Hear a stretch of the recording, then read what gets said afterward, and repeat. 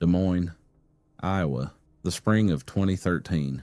From the air, it looks like any other Midwestern city. Wide streets, mowed lawns, garages closed against the wind. But inside dozens of these houses, something is missing tonight. A jewelry box, a safe, a laptop still warm. This is the story of a crew that worked these blocks like a job site. Clocking in at lunch, clocking out before the school bus. And of the single piece of equipment that made them efficient. And eventually made them findable. Between the last frost and the first harvest of 2013, Polk County deputies logged dozens of residential break-ins across the Des Moines suburbs. Individually, each one looked ordinary. A kicked door, a missing TV, a frantic 911 call from a homeowner who came home for lunch. But put them on a map, and they stopped looking ordinary. The hits clustered in weekday daylight hours. Entry techniques repeated, and the loss reports kept naming the same three things: jewelry from the master bedroom, cash from kitchen drawers, and small electronics by the door. This wasn't kids.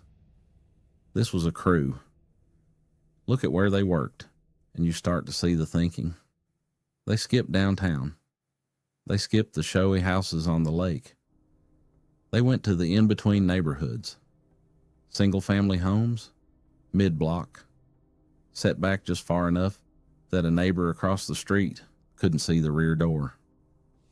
They like cul-de-sacs because there's only one way in, but they like them even more because there's only one way out. And they'd already cleared it. One detective put it like this: they weren't looking for the richest houses. They were looking for the quietest.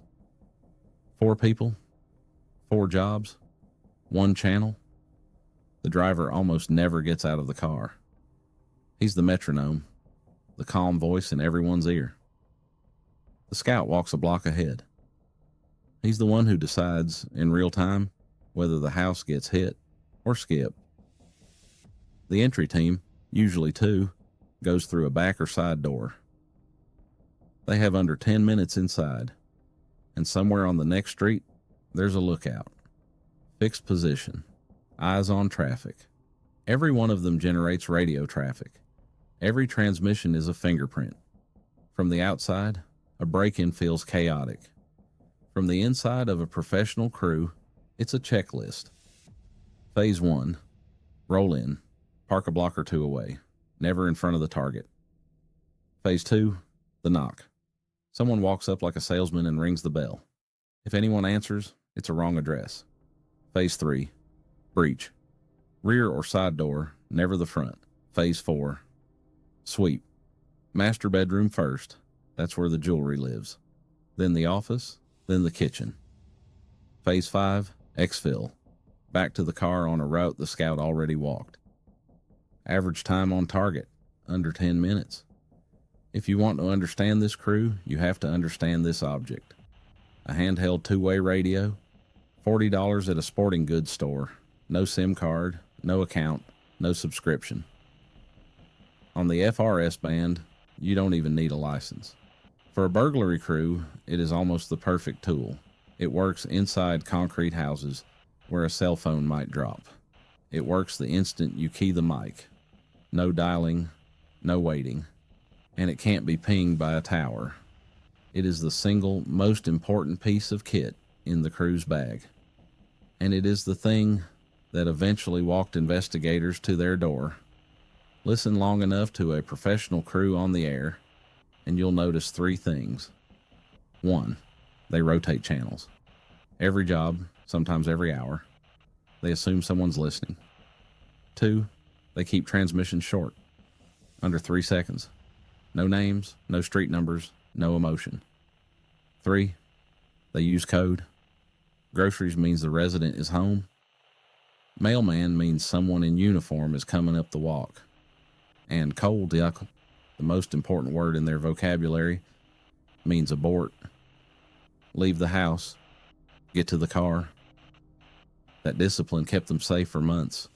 But it's also exactly what gave them away. Civilians don't talk like that on open channels. We can reconstruct one afternoon from intercepts and interviews. 13:42. The crew rolls past a house on a quiet street. The scout marks the driveway empty. 13:51. The lookout takes position at the corner. The driver clicks his mic twice. Confirmed. 13:53. 2 short clicks from the rear door. They're inside. 13:57. The lookout's voice cuts in. 1 word. Mailman. A postal truck has turned onto the block. Inside the house, the sweep stops. Lights stay off. 14:01. Clear.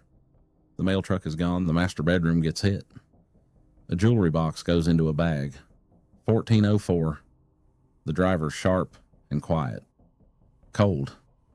The resident's SUV is 2 blocks out. The team is in the car before she turns the corner.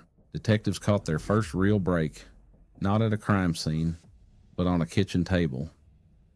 A retired engineer in one of the hit neighborhoods had a habit of leaving his scanner running while he worked in the garage.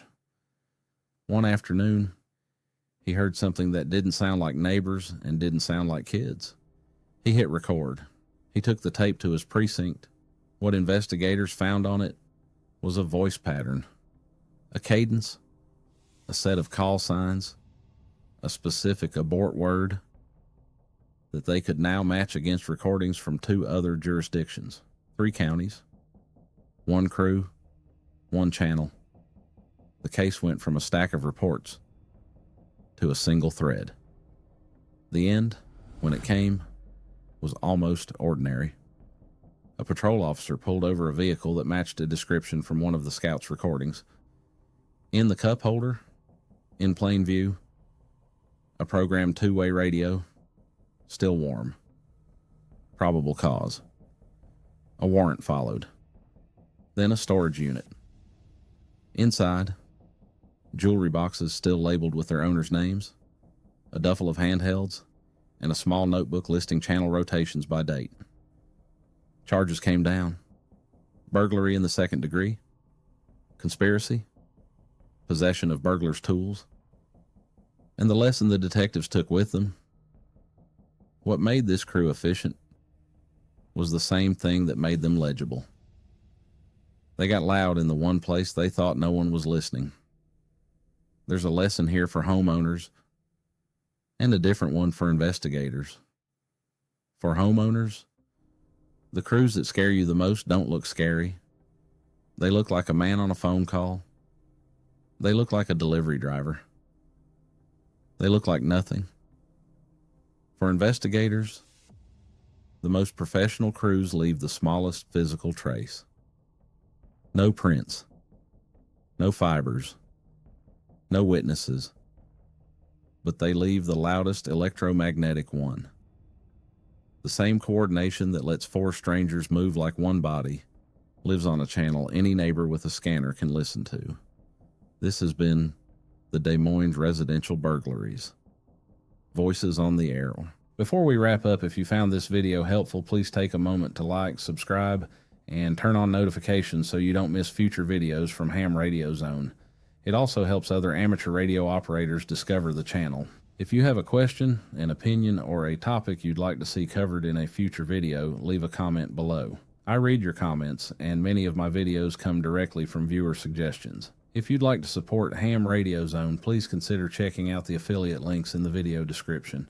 You'll find radios, antennas, test equipment, books, accessories, and other products I personally recommend. As an affiliate, I may earn a commission if you make a qualifying purchase through those links at no additional cost to you.